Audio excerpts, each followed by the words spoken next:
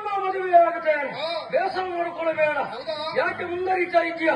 ಏನೋ ಹೋಗುವ ಕಡೆಯಲ್ಲಿ ಮದುವೆ ಆಗ್ತೀಯ? ಮದುವೆ ಅಲ್ಲ, ನಿನ್ನರಿಗೆ ಕೆಮಲನ್ನು ಕಟ್ಟಿ